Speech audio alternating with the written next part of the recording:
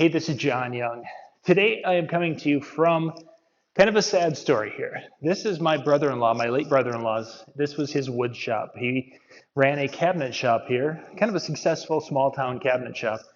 This is what's left. My brother-in-law passed away last July, a massive heart attack at the age of 61. Unexpected, but those things happen. This isn't a story about the heart attack, although the whole, taking care of your health is obviously an important thing.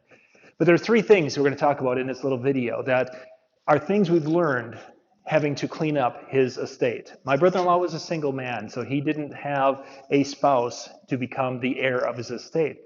He basically had this building, some land, his house, and of course the tools. There were table saws and a mini press for hinges and sanders and all sorts of different tools in here you'd use for cabinetry.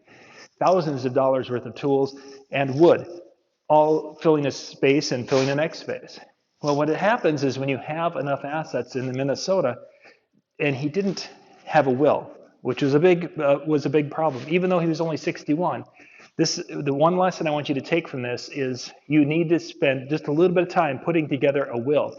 Even if you don't have everything figured out of where things go, you can do some things through an attorney or even doing some things online with a kit to designate a little bit of what goes where and how things happen. What would have saved us if he would have had a will is we might have been able to avoid probate.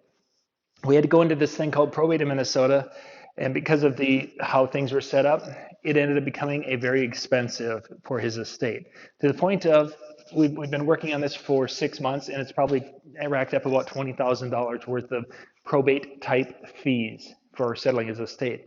If he would have had a will, that probably wouldn't have happened as it has, for surely. So number one, make sure, get a will done. Simple will, make sure it's legal.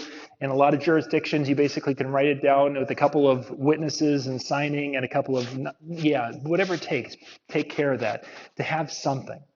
Second thing, passwords. You're going to have passwords on different accounts and things. Make sure you've got those somewhere that people can find them when it comes time to, if you have that sudden heart attack, that they can find them, whether you maybe have a little thing in your billfold or in your purse that says, hey, my passcodes, if you want to get my passcodes, go here.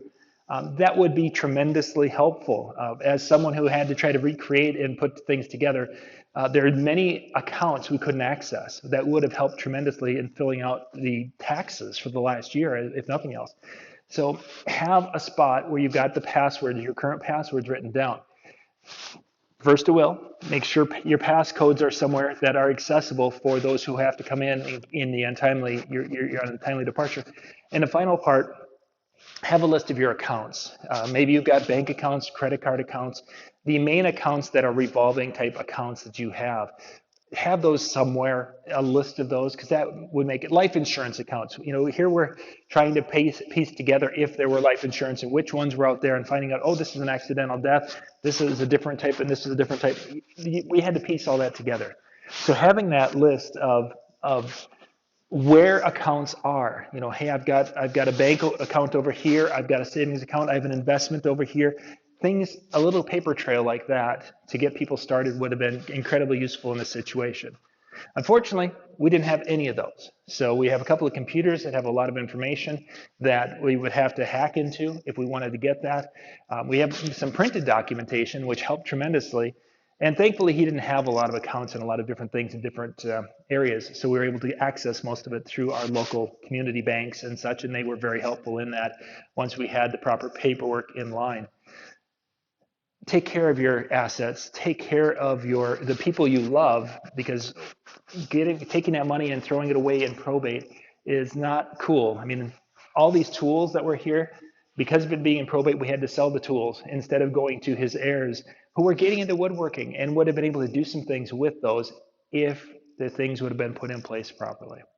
This is John Young with the Weekend Handyman. Hopefully this is just going to inspire you to get out there and again, take care of the ones you love.